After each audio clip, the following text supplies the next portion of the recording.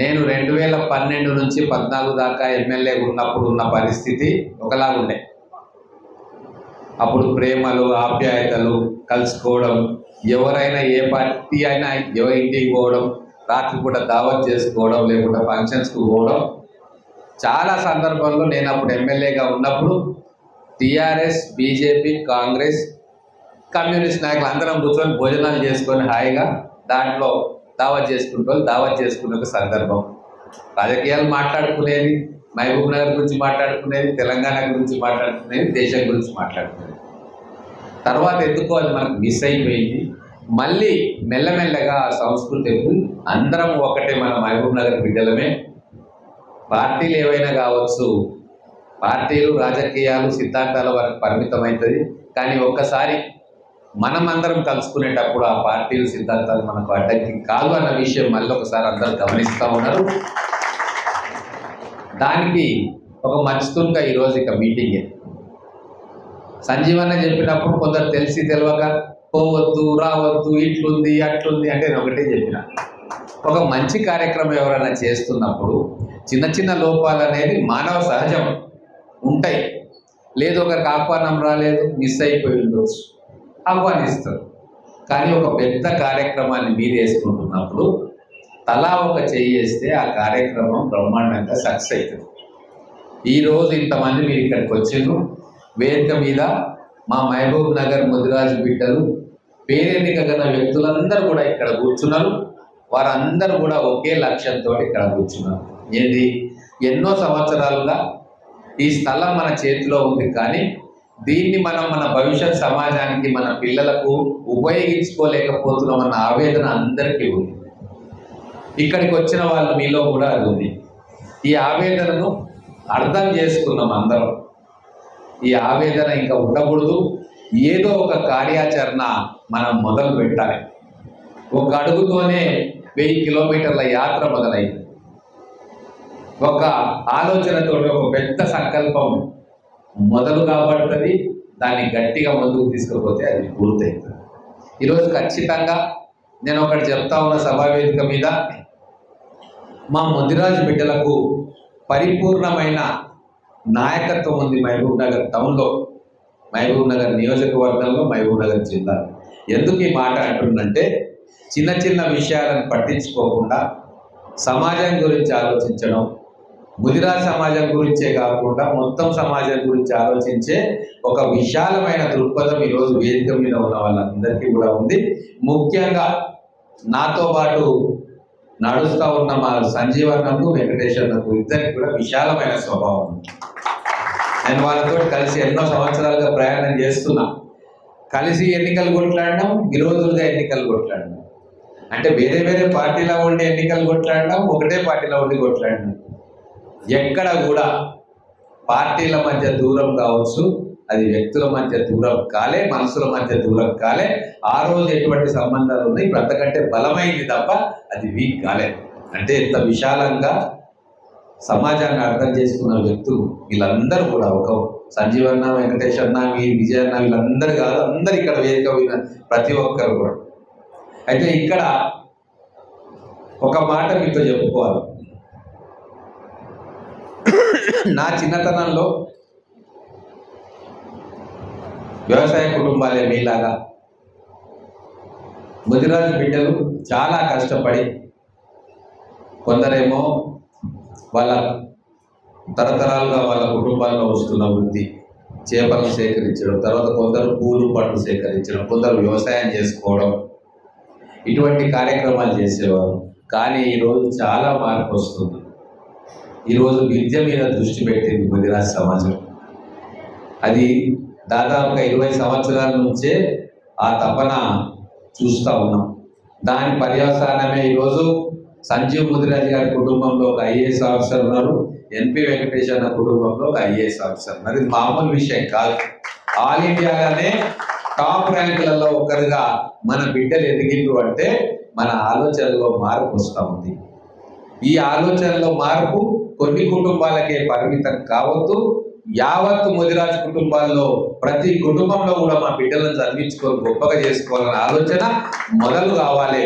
దానికి వీళ్ళు నాంది పలికిండ్రు కాబట్టి మన పిల్లలు కూడా అట్లా ఉండాలి అని కోరుకోవడంలోనే ఈరోజు మన శ్రేయస్సు, మన ముదిరాజ్ శ్రేయస్సు, సమాజ శ్రేయస్సు రెండు ముడిపడి. అందుకు అనుగుణంగానే ఈరోజు మనం ఆలోచనలు చేస్తూ ఉన్నాం. ఇంత పెద్ద స్థలం మన పెద్దలు ఇచ్చిండ్రు. రకరకాలుగా అప్పుడున్న కాలంలో అనుకోవచ్చు, రకరకాల పనులు చేయవచ్చు, ఇక్కడ నుంచి ఒక పెద్ద ఫంక్షన్ హాల్ కట్టుకోవచ్చు, లేకుంటే మార్కెట్ యార్డ్ ఏమేమో అనుకోవచ్చు. కానీ మారుతున్న పరిస్థితుల్లో ఇక్కడ విద్యాలయాలకు, విద్యకు సంబంధించిన దాని మీదనే పెద్దల దృష్టి పెంచి ఆలోచన తీసుకుంటే చాలా బాగుంటుందని చెప్పి నా వ్యక్తిగతమైన అభిప్రాయం. మనకు బీసీడీఏ సమస్య ఉంది, కానీ రాజకీయాలు నేను మాట్లాడదలుచుకోలే ఈరోజు.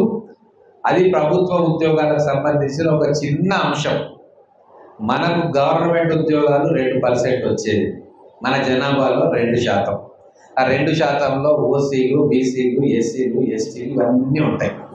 అది సాధించుకోవడానికి మనం ప్రయత్నం చేస్తూనే మన పిల్లలను ప్రపంచంతో పోటీ పడేటట్లుగా నిలబెట్టాల్సిన బాధ్యత, వాళ్ళకు అటువంటి తర్ఫీదు, టెక్నికల్ నాలెడ్జ్, స్కిల్స్ ఇవ్వాల్సిన అవసరం ఇప్పుడు మన అందరికీ ఉంది. కాబట్టి ఈరోజు ఇంజనీరింగ్ విద్యకు పోతున్నారు మన పిల్లలు, పాలిటెక్నిక్ విద్య చేస్తున్నారు, వొకేషనల్ కోర్సెస్ చేస్తున్నారు. ఎందుకు అంటే ఒకవేళ మనకు ప్రభుత్వ ఉద్యోగాలు రాకున్నా అంతకంటే గొప్ప ప్రైవేట్ ఉద్యోగాలు మనకు వస్తాయి, మనం స్కిల్స్ అలవాటు చేసుకోవాలి అన్న ఆలోచన ఇప్పుడిప్పుడే మనకు అందరికీ కూడా వస్తుంది. అందుకే నేను కొన్ని 2-3 అంశాలు చెప్తా, ఎక్కువ చెప్పా. ఎందుకంటే కార్యాచరణ చేయాలి. గొప్ప గొప్ప ప్రకటనలు చేస్తే వచ్చేది ఏం లేదు. మనం ఏం చేయగలుగుతాము, ఏం చేస్తే బాగుంటుంది, నాకున్న అనుభవం కూడా మీతో పంచుకుంటాను. హైదరాబాద్లో రెడ్డి సేవా సంఘం అని పెట్టలే, రెడ్డి హాస్టల్ అని పెట్టుకున్నారు అప్పుడు పెద్దది. కొన్ని వేల మందికి అక్కడి నుంచి అన్ని కులాలు దాంట్లో చదువుకొని పెద్ద పెద్ద వాళ్ళైంది. దాన్ని అనుసరించి అక్కడ వైశ్య హాస్టల్, గౌడ హాస్టల్, ఇంకా అనేక రకాల హాస్టల్స్ తయారై విద్యకు ప్రాధాన్యత ఇస్తే ఆయా సమాజాలు అక్కడ కూర్చొని చదువుకొని చాలా గొప్ప గొప్ప ఆఫీసర్స్ అయింది. ఇప్పుడు మన మహబూబ్ నగర్లో కూడా అటువంటి ప్రయత్నమే జరిగింది. వైశ్య హాస్టల్ ఉంది, గౌడ హాస్టల్ ఉంది, రెడ్డి హాస్టల్ ఉంది, అవన్నీ కూడా ఉన్నాయి. ఇప్పుడు మనం కూడా విద్య కోసం ఒక మంచి స్థలాన్ని మన పెద్దలు ఇచ్చింది. కాబట్టి మీరందరూ ఆలోచన చేసి ఇక్కడ కూడా కేవలం హాస్టల్ లాగా ఆలోచించకండి, ఒక విజ్ఞాన కేంద్రంగా ఈ స్థలాన్ని మనం డెవలప్ చేసుకుంటే బాగుంటుంది. అంటే విజ్ఞాన కేంద్రం అంటే దాంట్లో పిల్లలు చదువుకుంటారు, ట్రైనింగ్ తీసుకుంటారు, లైబ్రరీ ఉంటుంది, సెమినార్ చేసుకునే హాల్స్ ఉంటాయి, డైనింగ్ హాల్ ఉంటుంది. ఇట్లా ఇంతకుముందు సంజీవన్ చెప్పి ఒక విజన్ తోటి ఆలోచన చేసి దాన్ని మనం కష్టమైన, నష్టమైన, ఒకరోజు ఆలస్యమైన పర్ఫెక్ట్గా మనం డిజైన్ చేసుకొని దాన్ని గ్రౌండింగ్ చేసుకుంటే ఖచ్చితంగా అది సబలీకృతం చేసుకునే శక్తి మన బిడ్డలకు ఉంది, మదిరాజు బిడ్డలకి. సమాజం కూడా మీకు అండదండగా ఉంటుంది. ప్రభుత్వాలు, మేము ప్రజాప్రతినిధులుగా ఖచ్చితంగా మీకు అండదండగా ఉండి ఆ స్వప్నాన్ని సాకారం చేసుకునే ప్రయత్నంలో భాగస్వాములు అవుతారు. ఒక చిన్న ఎగ్జాంపుల్ చెప్తా. మా వెంకయ్య గారు అక్కడ కూర్చున్నారు, వచ్చిండ్రు వెంకయ్య గారు వచ్చింది. ఒక చిన్న ఆలోచన నాకు వస్తే వారు దాని కార్యరూపం తీసుకొచ్చిండ్రు. ఈరోజు వారు, మన లక్ష్మణ్ గారు అందరూ కలిసి ఒక పెద్ద హృదయంతో వాళ్ళకు భారమైనా సరే ఒక మంచి కార్యక్రమం ఎమ్మెల్యే గారు చెప్పిందని చెప్పి మొత్తం కోఆర్డినేట్ చేసి ఈరోజు 200 మంది పేద పిల్లలకి, ప్రభుత్వంలో చదువుకునే పిల్లలకి ఫ్రీ ఎంసెట్ నీట్ కోచింగ్ ఇప్పిస్తా ఉన్నారు. అంటే ఇంత దాతృత్వం, పెద్ద హృదయం గల వ్యక్తులు మన సమాజంలో వేల మంది ఉన్నారు. వాళ్ళందరి సహకారం కూడా మనం తీసుకుంటే ఒక అద్భుతమైన ఇన్స్టిట్యూషన్ని మనం మహబూబ్ నగర్ నడిబొడ్డున పెంపొందించుకునే అవకాశం ఉంది. అందుకే నా సూచన ఏంటంటే, ఒక నేను మీ కుటుంబ సభ్యుల్లో ఒకరిగా భావించి నాకు పెద్దరికం ఇచ్చి చైర్మన్ చేయాలనుకుంటారే వద్దు, మీ పక్కనే ఉంటా, మీలోనే ఒక పెద్ద మనిషిని ముందర పెట్టుకుందాం. నేను సలహాలు, సూచనలు ఇవ్వడానికి మీకు అందుబాటులో ఉంటా. ఎప్పుడు పిలిచినా మీ దగ్గరకు వస్తా. లేదు మీరు మా దగ్గరికి వచ్చినా మంచిగా ఆలోచన చేసి గొప్పగా, ఇప్పుడు నాకు తెలిసి ఇక్కడ పైన కూర్చున్న వాళ్ళు ఈ ప్లేస్లో రాజకీయం చేద్దామన్న ఆలోచన ఎవరికి లేదనే నేను భావిస్తా ఉన్నా. ఎవరైనా అటువంటిది చేయాలనే ఆలోచన ఉంటే వాళ్ళని కొద్దిగా దూరమే పెడతాం మనం. ఎందుకంటే ఇది మన పిల్లల భవిష్యత్తుకు సంబంధించిన విషయం, మన ఆత్మగౌరవానికి సంబంధించిన విషయం. కానీ కళ్ళ ముందే కనబడతా ఉన్నారు 2 కుటుంబాల్లో ఐఏఎస్ ఆఫీసర్లు ఉన్నారు అంటే అది మామూలు విషయం కాదు. ఇటువంటి సక్సెస్ ప్రతి కుటుంబంలో దొరకాలి. ఐఏఎస్ కాకపోవచ్చు, మంచి ఉద్యోగం కావచ్చు, లేకుంటే పెద్ద పరిశ్రమ పెట్టుకోవచ్చు, ఒక ఎంటర్ప్రినర్ కావచ్చు, ఒక టెక్నాలజీకి చెందిన వ్యాపారాలు చేయొచ్చు, లేదు ఒక కొత్త ఆవిష్కరణ చేయవచ్చు. ఇటువంటివి మన పిల్లలకు మనం చెప్పాలంటే ఖచ్చితంగా ఒక విజ్ఞాన కేంద్రం మనం ఏర్పాటు చేసుకోవాల్సిన అవసరం ఉంది. అందులో మీరు ఎప్పటి నుంచో కలలు కంటున్న హాస్టల్ కూడా దాంట్లో పెట్టుకోవచ్చు. ఒక 30, 40, 50 రూమ్లకు దానికి కేటాయించుకోవచ్చు. అందుకే అబ్దుల్ కలాం గారు అంటారు ఎప్పుడు కూడా పెద్దగా కలలు కనండి అని చెప్పి పిల్లలకు చెప్తారు. ఇప్పుడు నేను కూడా అదే అంటా ఉన్నా. మన ముదిరాజ్ బిడ్డలు కూడా మన పిల్లల కోసం పెద్ద కలలు కందాం, వాళ్ళను పెద్ద కలలు కనడానికి ప్రోత్సహిద్దాం, వాళ్ళకు వెన్నంటి ఉందాం, వాళ్ళకు కావాల్సిన అన్ని సౌకర్యాలను కూడా మనం ఇక్కడ కల్పిద్దాం. ఫంక్షన్ హాల్ అని కొంతమంది అంటారు, ఫంక్షన్ హాల్ మస్తుగా ఉన్నాయి. ఫంక్షన్ హాల్లో ఎవరు తాతకు బట్టి వాళ్ళు చేసుకుంటారు. ఒక బిడ్డ మామూలుగా 200 మందితో చేసుకుంటే ఇంకో కుటుంబం 2000 మందితో పెళ్లి చేసుకుంటారు. అది వాళ్ళ ఇష్టం, వాళ్ళ సర్కిల్ను బట్టి, వాళ్ళకున్న స్థూమతను బట్టి చేసుకుంటారు. కాబట్టి ఇంత మంచి ప్లేస్ ఇప్పుడు నేను చూసిన రెడ్డి హాస్టల్ ఊరికి దూరంగా ఉంది, గౌడ హాస్టల్ దూరంగా ఉంది, కానీ ఇది నగరం నడిబొడ్డున ఉంది.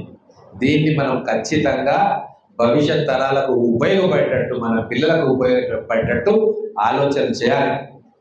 మన మధ్యన విద్యావేత్తలు ఉన్నారు, 30-40 సంవత్సరాల అనుభవంతో ఉన్న వ్యక్తులు ఉన్నారు. వాళ్ళందరినీ కూర్చొని ఒక కమిటీ వేసుకోండి, రకరకాలుగా ఆలోచనలు చేయండి, డిబేట్ చేయండి, తప్పు లేదు.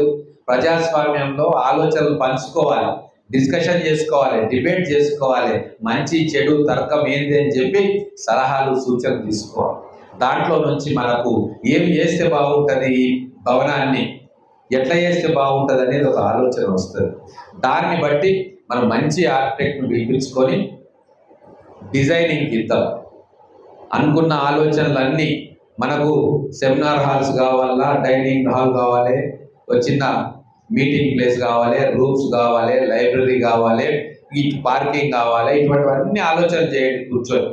ఏది సాధ్యమవుతుంది, ఎంతవరకు సాధ్యమవుతుంది, ఇవి ఉన్న బిల్డింగ్లను ఇట్లనే ఉంచాలన్నా, మాడిఫై చేయాలన్నా, లేకుంటే ఇవి వదిలేసి కొత్తది కట్టాలి, ఇవన్నీ కూర్చొని డిస్కస్ చేయండి. ఫస్ట్ ఏదో వచ్చిన కోట్ అనౌన్స్ చేసినాం 2 కోట్లు 3 కోట్లు కాదు. అది సమస్యను ఇప్పటికిప్పుడు ఏదో అనిపోవడం, అది రాజకీయం అవుతుంది. అట్లా కాదు. భగవంతుడు మన పెద్దలు కలిసి ఇచ్చిన సంపద ఈ ఆస్తి. దీన్ని ఎల్లకాలం కొన్ని వేల మంది పిల్లలకి, మన కుటుంబాలకి ఉపయోగపడేటట్టుగా ఆలోచన చేసుకోవడమే ఇప్పుడు సరైన పద్ధతి. కాబట్టి ఆ కార్యక్రమంలో మీరు ఉండండి. మీతో పాటు మీ డిబేట్స్, డిస్కషన్లో నేను పాల్పంచుకుంటా. మంచి టీంని ఒకటి సెలెక్ట్ చేసుకోండి. మన మహబూబ్ నగర్లో మన ముదిరాజ్ బిడ్డలు వాళ్ళ కుటుంబాల నుంచి ఎంతో ఎత్తుకెదిగిన వాళ్ళు ఉన్నారు, పారిశ్రామికవేత్తలు అయిన వాళ్ళు ఉన్నారు, లెక్చరర్స్ అయిన వాళ్ళు ఉన్నారు, వైస్ ఛాన్సలర్స్ అయిన వాళ్ళు ఉన్నారు. వాళ్ళందరి సూచనలు సలహాలు కూడా తీసుకోండి. ఎట్లాగూ లేట్ అయింది, మీరు అన్నారు 25 సంవత్సరాలు 30 సంవత్సరాలు 40 సంవత్సరాలు అయినా అంటున్నారు. ఇప్పుడు ఒక నెల 2 నెలలు ఆలోచన చేస్తే తప్పేం లేదు. మంచి ఆలోచన చేసి ఒక మంచి విజన్ని మనము ఆవిష్కరించుకుందాం. తర్వాత అన్ని విధాలుగా గవర్నమెంట్ సహాయం తీసుకుందాం. మన అందరి ఇంత పెద్ద సమాజం ఉంది, తలా ఒక విడిగా వెళ్తేనే 100 అంతస్తుల బిల్డింగ్ లేస్తుంది. కాబట్టి అన్ని రకాలుగా ప్రభుత్వం వైపు నుంచి కావచ్చు, మన వైపు నుంచి కావచ్చు, ఇండివిజువల్స్ వైపు నుంచి కావచ్చు, లేదా దేనికి సంబంధం లేకుండా ఇక్కడ ఒక మంచి విద్యాలయం అవుతుంది అంటే వచ్చి సహాయం చేసే శక్తులు చాలా ఉన్నాయి. ఇంతకుముందు అన్నట్టు కార్పొరేట్ వ్యవస్థలను కూడా మనం అప్రోచ్ అయిదాం. మన జిల్లా నుంచే గొప్ప గొప్ప ఇండస్ట్రీస్ స్థాపించిన వ్యక్తులను కూడా మనం అప్రోచ్ అయిదాం. వాళ్ళు కూడా మనం ఒక మంచి పని చేస్తున్నాం, లేదా విద్యకు సంబంధించింది పెద్దగా ఆలోచిస్తున్నాం అంటే వాళ్ళు కూడా మనకు చేదోడు వాదోడుగా ఉంటారు. కాబట్టి ఇవన్నీ మీరు పరిగణలోకి తీసుకోండి, కూర్చోండి, మంచి కమిటీ వేసుకోండి. వెంకటేష్ అన్న గురించి చెప్తున్న లీగల్గా వారు చాలా డీప్గా చదువుతారు. కాబట్టి ఈ ల్యాండ్ ఎవరి పేరు మీద ఉంటుంది, భవిష్యత్తులో దీన్ని ఇట్లా మార్చుకోవాలంటే దాంట్లో టెక్నికల్గా ఏమి ఇష్యూస్ వస్తాయి, దీన్ని ఏ రూపకంగా ముందుకు తీసుకుపోవాలి, ఇవన్నీ కూడా జాగ్రత్తగా ఆలోచన చేయండి. ఎందుకంటే ఒక్కోసారి రేపు ఏదైనా అప్లై చేసుకోవాలనో ఇన్స్టిట్యూషన్కో కాలేజ్కో ఇప్పుడు ఇది ప్రతిబంధకం కావద్దు. సో అన్ని కోణాలు మీరు విశ్లేషించుకొని ఎక్స్పర్ట్ అడ్వైస్ తీసుకొని నేను కూడా దాంట్లో నాకున్న పరిమితమైన నాలెడ్జ్ని కూడా మీతో షేర్ చేసుకుంటా ఒక కాంక్రీట్గా ఎటువంటి లొసుగులు లేకుండా దీన్ని జాగ్రత్తగా ముందుకు తీసుకొని పోదాం. మీరందరూ ఇంత పెద్ద ఎత్తున తరలివచ్చారు. మనందరం కలిసి ఏదో ఒక గొప్ప కార్యక్రమం చేయాలన్న ఆశతో వచ్చిండ్రు. కాబట్టి ఇంతమంది కళలు కన్నా ఏ కళ కన్నా కూడా అది సఫలమవుతుంది. భగవంతుడు ఆశీర్వాదం ఇస్తాడు. ఈరోజు ఇంత పెద్ద వ్యక్తులు ఇక్కడ కూర్చున్నారు. మనం అందరం ఈ విషయాన్ని ఇంకో 10 మంది పంచుకుంటే వాళ్ళు కూడా మనకు ఆశీర్వదిస్తారు, మన వెన్నట్టు ఉంటారు, సపోర్ట్ చేస్తారు. ఒక మంచి అడుగు మనం మా సంజీవ్ ముదిరాజు గారి చొరవ వల్ల మీ అందరి సహకారంతో ఈ కార్యక్రమం మొదటడుగు వేసుకున్నాం. దీన్ని ఇంకా ఇలాగే ఐకమత్యంగా ముందుకు తీసుకెళ్ళండి. నేను ఒకటే మిమ్మల్ని కోరుకునేది ఏంటంటే, ఇంతకుముందు పెద్దలు చెప్పినట్టు ఈ స్థలం విషయంలో చాలా సంఘాలు ఉంటాయి, ఎవరు అఫిలియేషన్స్ వాళ్ళకు ఉంటాయి, దాని గురించి మనం పెద్దగా ఎవరి ఇష్టం వాళ్ళని. కానీ ఈ స్థలం విషయంలో, ఈ స్థలంలో మనం చేపట్టే విషయంలో మీరందరూ మహబూబ్ నగర్ పట్టణంలో ఉన్న ముదిరాజు బిడ్డలు అందరూ కూడా ఏకతాటి మీద ఆలోచన చేసి ఒకటే మార్గంలో ప్రయాణం చేయాలని చెప్పి నేను మనస్ఫూర్తిగా మిమ్మల్ని అందరినీ కూడా కోరుకుంటూ, ఇంత పెద్ద ఎత్తున తరలి వచ్చి ఇంత పేషెంట్గా అందరు చెప్పేది విన్న మీకు హృదయపూర్వకమైన ధన్యవాదాలు తెలుపుకుంటూ ముగిస్తూ ఒక్క విషయం చెప్పి ముగిస్తా. ఖచ్చితంగా మన వాకిటి శ్రీహరి గారిని మంత్రి చేసుకోబోతా ఉన్నాం. ఊరుకునేదే లేదు. ఎందుకు అంటే మన దగ్గర పుట్టి మట్టిలో నుంచి వదిలిన బిడ్డ, ఏదో గొప్ప గొప్ప దాంట్లో నుంచి రాలే, మన మధ్యలో ఒకటి కష్టపడి రాజకీయ జీవితంలో ఒక్కొక్క మెట్టు పైకి వస్తున్న వ్యక్తి, ప్రేమ గల వ్యక్తి. నేను చూస్తున్నా కదా వారిని ఎప్పటి నుంచో. చాలా ప్రేమ గల వ్యక్తి, కల్మషం కపటం లేని వ్యక్తి. అటువంటి వ్యక్తి మన జిల్లాకు మంత్రిగా ఉంటే అందరికీ కూడా ఉపయోగపడుతుంది.